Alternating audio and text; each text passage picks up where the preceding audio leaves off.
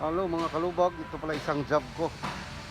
Katatapos lang nito, ito Mazda 3. Ayan. Pinalitan ng bar, may tama dito sa harap. Ayan.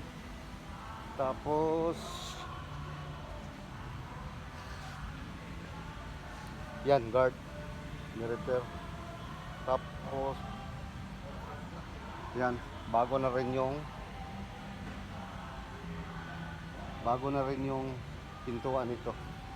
Yan. Oh, damay na rin yung ito, mahirap to na kulay.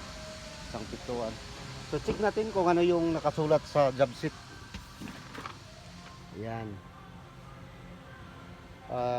Ito ay claim ng insurance. Yan. Yan ang kailangan mga parts yan sa taas. Tapos itong sa baba yung tatanggalin, tapos ito rin ang repair. Yan. So itong job na to, ni-reset yung bonnet. Ayan. Ayan. Ni-reset na yan. Abangan natin yung pag matapos, update ko kayo pag matapos na to. Ayan. Tapos yung kumakana nito sa paghahanda sa